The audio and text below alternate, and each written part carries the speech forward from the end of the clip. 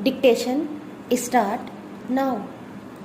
Once the order of dismissal dated 3rd January 2003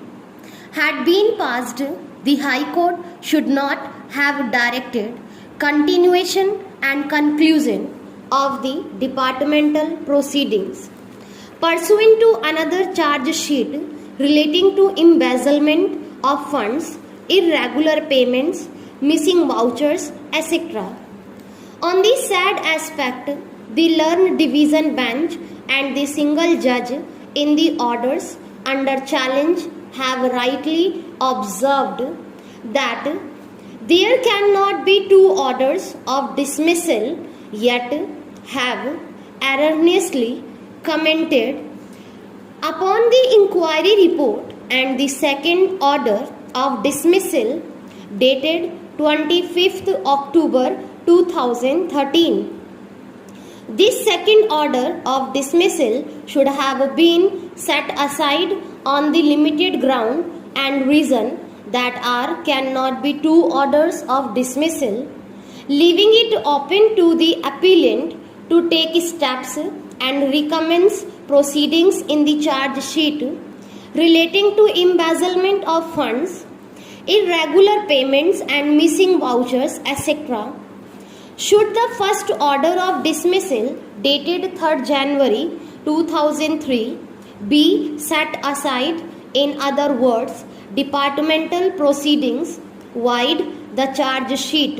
relating to embezzlement, irregular payments and missing vouchers, etc. should for the present be kept in abeyance. Reference in this regard can be made to the judgment of the court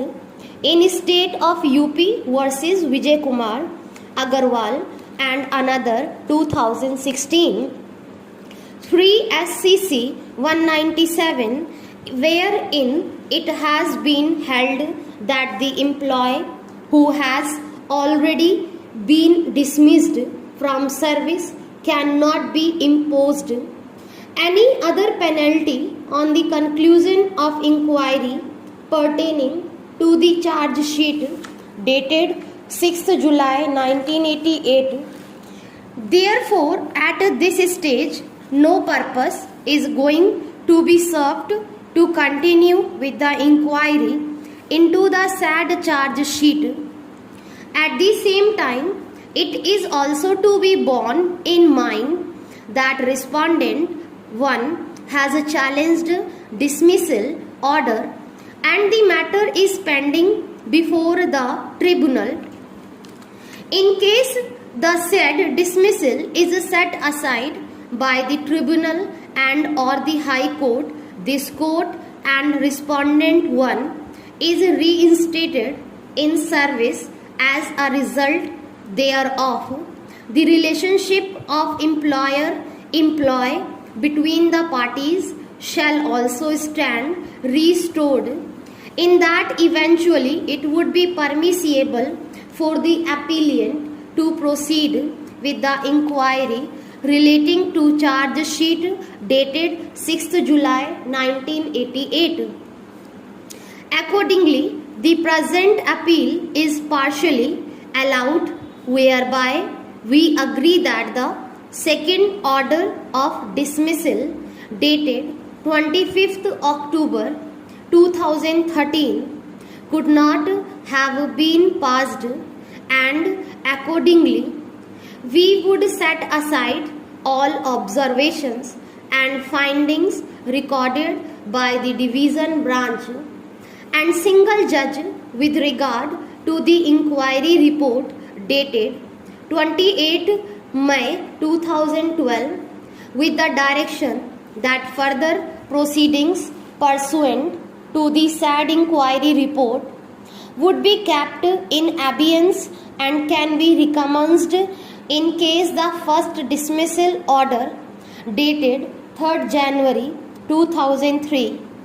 is set aside and quashed. In case of recommencement, it will be open to the first respondent to raise objections to the inquiry report before the disciplinary authority who would consider the said objections, it would be equally open to the disciplinary authority who would consider the said objections, it would be equally open to the disciplinary authority to rectify and correct mistakes or lapse, if any, and proceed in accordance with law. We have not made any observations on the merits of the inquiry report or the procedure which has to be followed.